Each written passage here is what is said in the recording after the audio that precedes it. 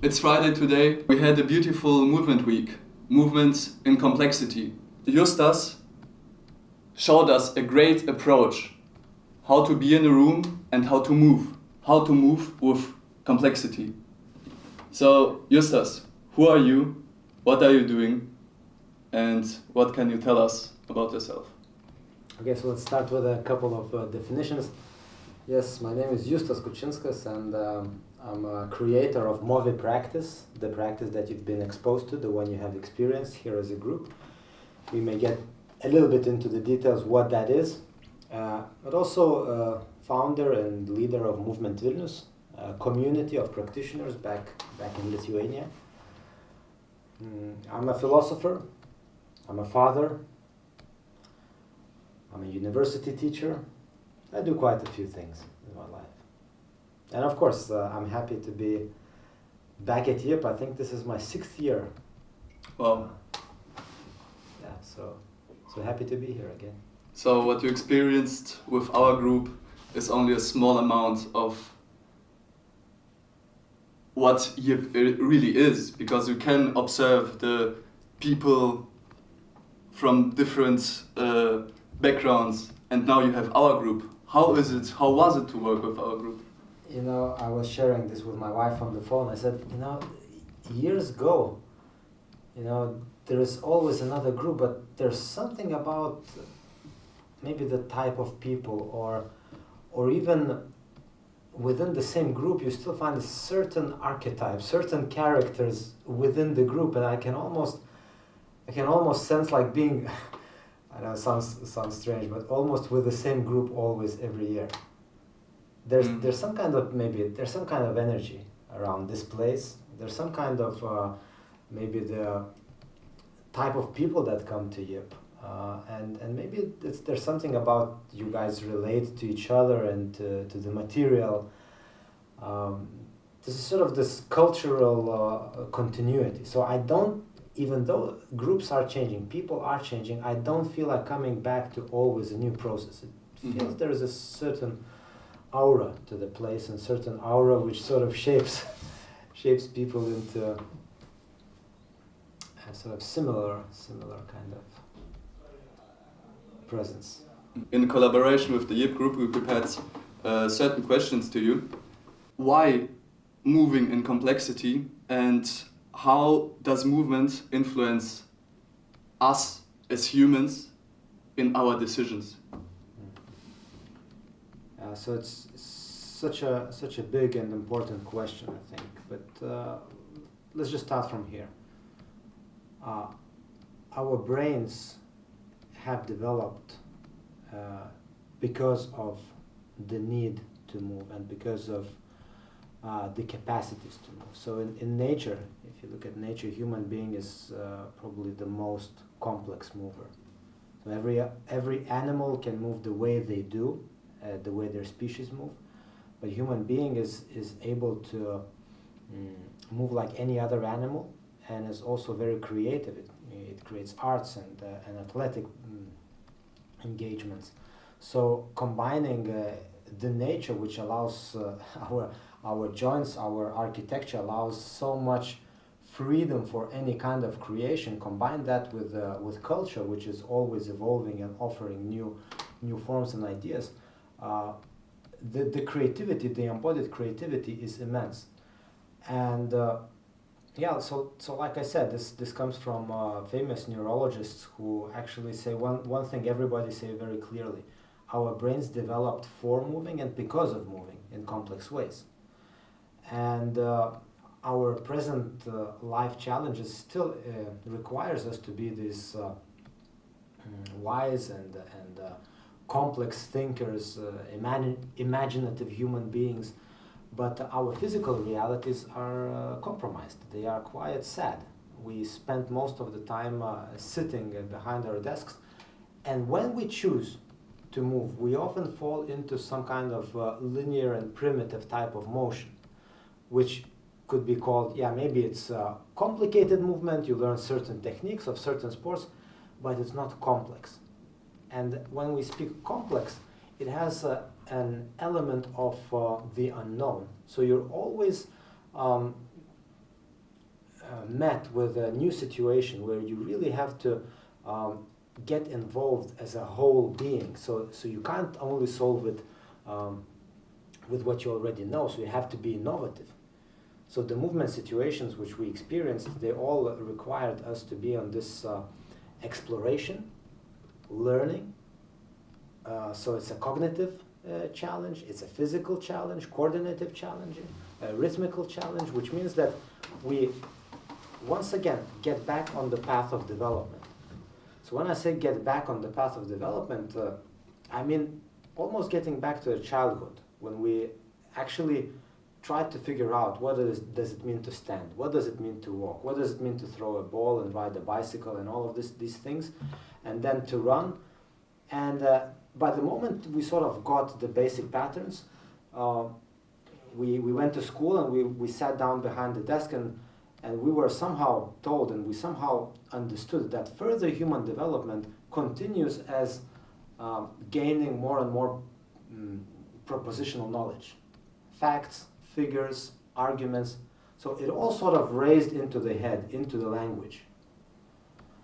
So that way, at some point in our lives, most of us stopped developing as a whole being. And Moshe Feldenkrais, famous let's say founder of somatics work, the Feldenkrais method, he says very clearly that there's only one way for a human being to keep on developing is to involve every aspect of their being, so including physicality. So answering your question, why movement and complexity? So I'm bringing in this perspective for us to understand that moving is beyond sports, it's beyond training. It's actually addressing who we are as human beings, challenging our capacities to, well, move in our environment, to see our environment in different ways, and also connect and communicate on a deeper level with each other. So once we get connected with our bodies in this exploratory way, with awareness, with attention, we tend to see more of reality. We tend to see life, the environment, much richer than we usually would. And also the physical relationships, like us sitting here a little bit side by side, we start to feel this layer of connectivity, which if we only listen to language, if we only listen to words, we tend to miss out on. Mm-hmm. So bringing this movement in complexity course for me means at least three things, and that's what we were doing throughout the week. So first is getting back, feeling comfortable in your joints, developing your sense of freedom, physical capacity. So working on the body, addressing the body in an attentive and wise way. And what I said during the course is that the way we relate to our bodies is also the way we relate to life, because that's our very first nature, which we meet from the perspective of our minds, perspective of our ideas, what we think we should do or what we can do. So first of all, we address our body. And if we address our body in a wise, loving way, the body tends to develop and tends to be more free, more available, and more, let's say, livable. And then the second layer is movement situations, is all the complexities, the games and the territories within which we move, opening up our mind, opening up our creativity, and also developing capacities to move in different ways. So what we did, we went laying down on the ground, standing up in various different ways, and then playing with a partner, different games, which really challenged us on many different levels. Coordination, strength, mobility, rhythm, social aspect. So all of that was present. And then the third layer of practice, the third layer of this complex movement world for me has to do a lot with communication. Is how we connect with each other as human beings, and how we, what sort of quality of relationships are we building on an embodied level, on a physical space. And that we call the social body that we create as a group, and we investigate in that. Mm-hmm. You are a father yourself, and you have kids. So my question would be, what would you recommend to young adults? What could they use to introduce the complexity of movement into the life of their children? I can share what we do, since we have 3 boys and they're still very young, and this is really the point where we ask ourselves the question, so what do we do in terms of their physical development? So we create a lot of games, and we introduce certain constraints. So just to give you an example, so the game is, now you quadruple from one end of the room to the other end of the room, following the line of the rope on the floor, but never stepping on that line. So always, jumping from one side to another, but never stepping. So they're sort of working with a couple of things. So now they're quadrupling, so they're learning a locomotive pattern, just from themselves. We're not showing them how to do it, but we're creating a situation, a fun movement task. And then they have a path to follow, and then they can't step on that path. So now they are becoming more aware and attentive. And now as they do that, we ask them to also carry a little brick on their back, the yoga block, for example. Okay, so now they need to figure out what would be the coordinated pattern, which will allow me to do that. And then we would say, okay, now we play with balance. So you balance on one leg, and now as you balance on one leg, can you also look around? Can you also now hold 2 sticks in your hand? So we create the variety of games, and then tennis balls, and then whatever you can find. Important thing is that we don't fix them for achieving success too early, achieving certain technique or being better than other children at something. This is what happens if you let them too early into any specific sports discipline. So it's very important that they keep on playing and they keep on enjoying, and they have this researcher attitude, the exploration, and they love to play. So you find a situation. It can be a tree, it can be a fence, it can be just a simple floor, it can be a furniture in the house, and you start to create games. And you allow them, and then you ask them, what sort of game would you like to offer? They're so happy. It's something very human. It's something very, very innate in all of us. And unfortunately, we are so locked into the current physical culture that we live in terms of sports and training, that even when we approach kids, we also sort of attempt to train them, or sort of attempt to build very particular skills for them immediately.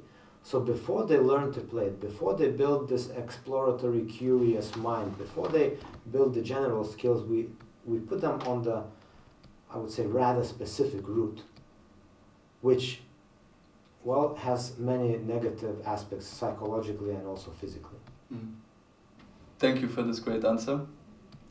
And I feel it is the right question now to ask, how is movement correlated to our emotions? How is movement correlated to our emotions? Yeah, it's a very good question. So we can think of this mind body loop. So we have a thought, some kind of idea, and then that idea has this emotional pattern to it. It sits somewhere as a sort of emotion. It means something to us. So thoughts mean something to us, and then it becomes emotion, and that emotion is then expressed through the expression of the body. So expression of the face, or expression in our posture, or a certain tension in some kind of body part. So this is happening always, every time. So thought, sensation, emotion, and body expression. And it's a loop. So thoughts that we tend to think normally create emotions which in the long term become moods, and those moods become our character. And that character sits in our body as a sort of a substantiated structure. So Abraham Lincoln used to say, everybody above 40 years old is responsible for the expression of their face, of the features of their face.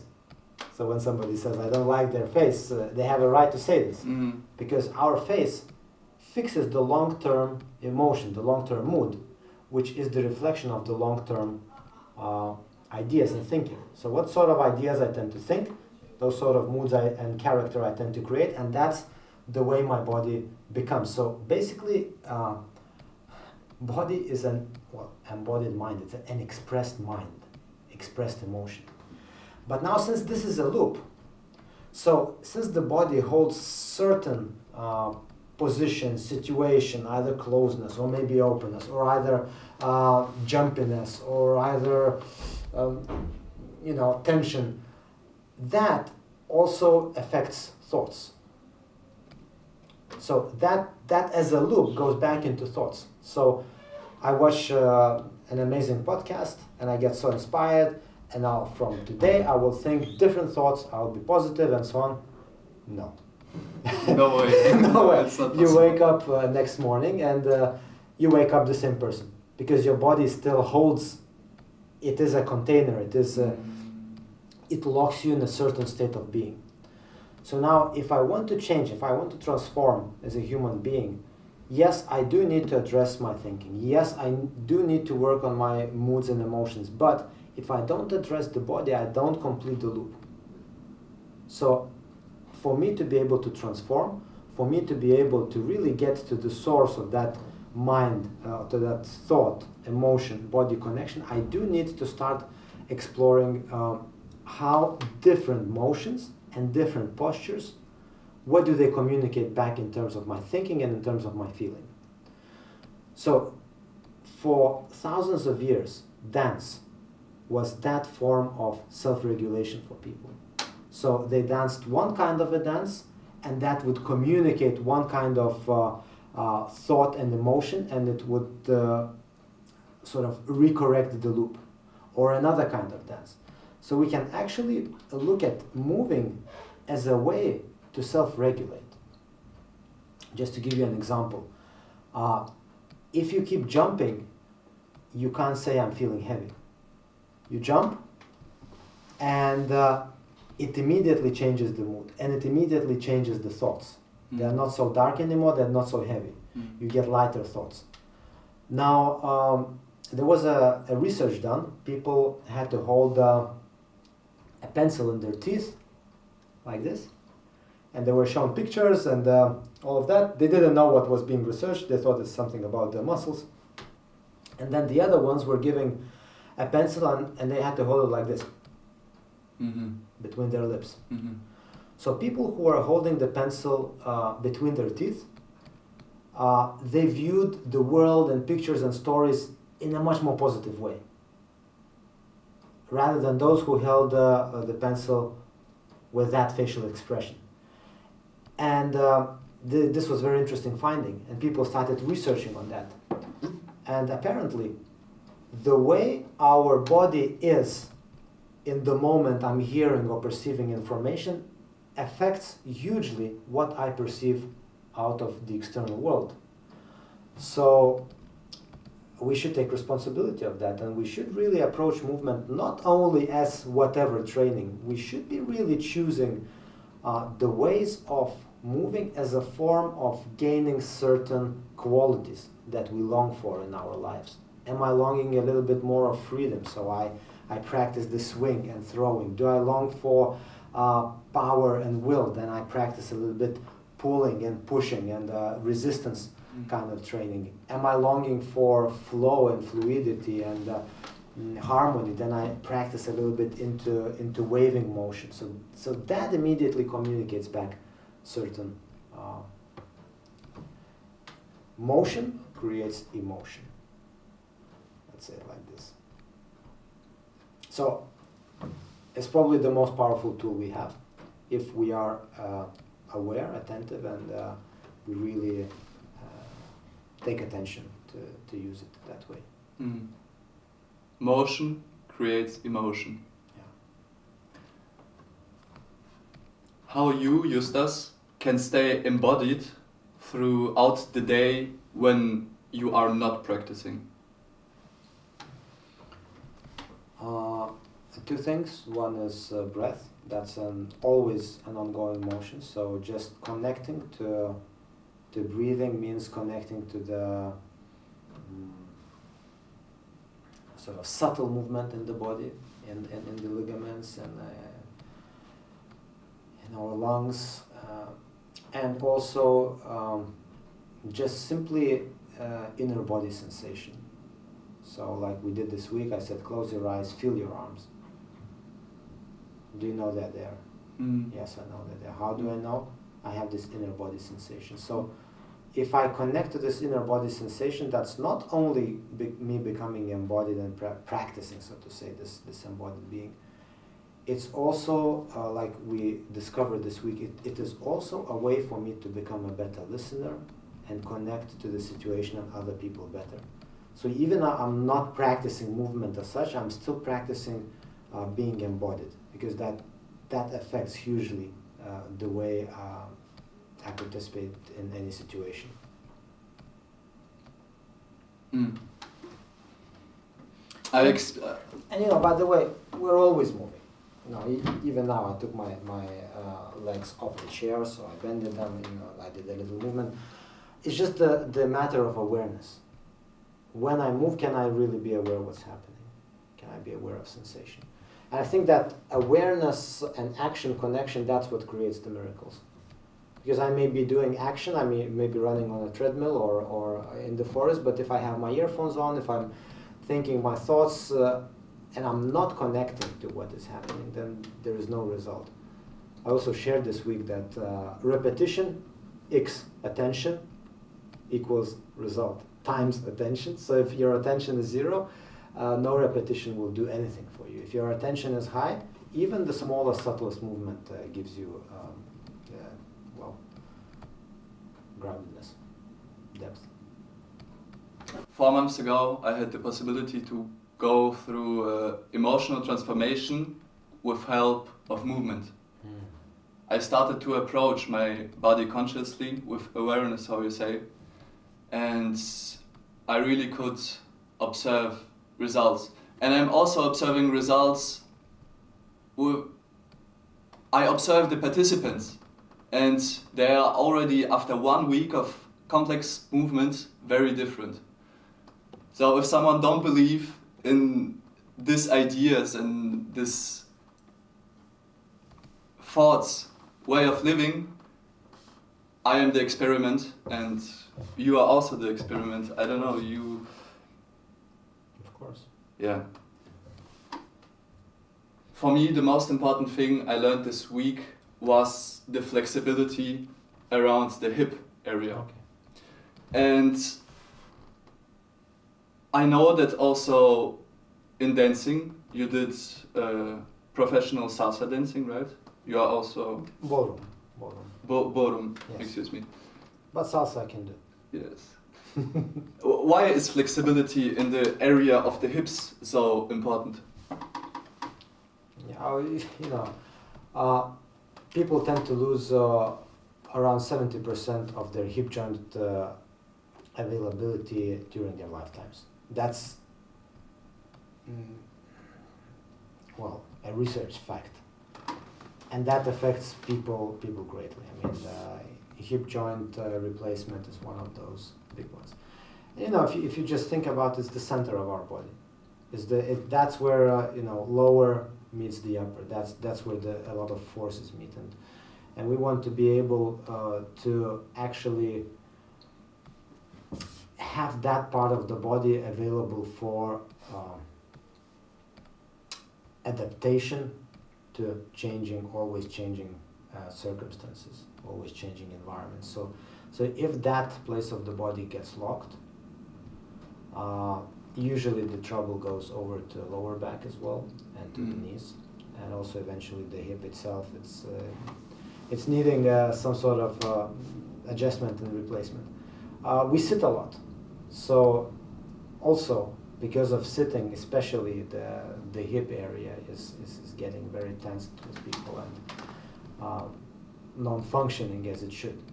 And of course, you probably know from spiritual traditions, our base chakra, our root chakra, the Muladhara, is based in the under hip. Yes, so it's under pelvis, bottom of the pelvis, and then the second chakra, Svadhisthana, and then the third chakra, Manipura. They're all around this place. So and also our organs. There are a lot of organs here. So our intestines and all of that. So just imagine you are not really mobilizing this area enough.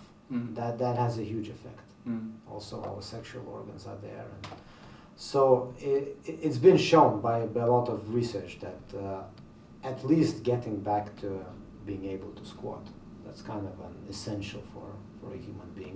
That's one of the fundamental positions, fundamental situations. And also, not only looking at it structurally and health-wise, but look at it function-wise. If I want to go down and sit on the floor, I will need that pelvis to work, hip flexibility to work. If I want to lay down on the floor and go up again, if that becomes a barrier which doesn't want to move, all the rest of the body says, hey, that guy is not participating, we are not participating either. So it's something about this will to actually move comes from that area. So, yeah, it's the center. You just told that if something is wrong in the hips, it started in the lower back and also in the knees. Yeah. And I can observe it with myself. I have hip deformation, and I have it in my lower back and in my knees. So you are speaking facts, Justas. As a closing question, how much time does Justas move in one day? Oh. Every human being probably moves throughout the day. Question is what they're doing and at what level of attention and variety. So if I take just the movement classes, I usually lead 2 classes a day, and that would be 1.5 hours in the morning and usually 2 hours in the evening. And I would tend to rather walk than go by car. And I would also go with a bicycle together with my kids and play a lot in the house. So it's kind of a lot. But I wouldn't say I'm this fanatic who is 8 hours or 6 hours a day training for any particular skill. No, so I keep it variety. I don't push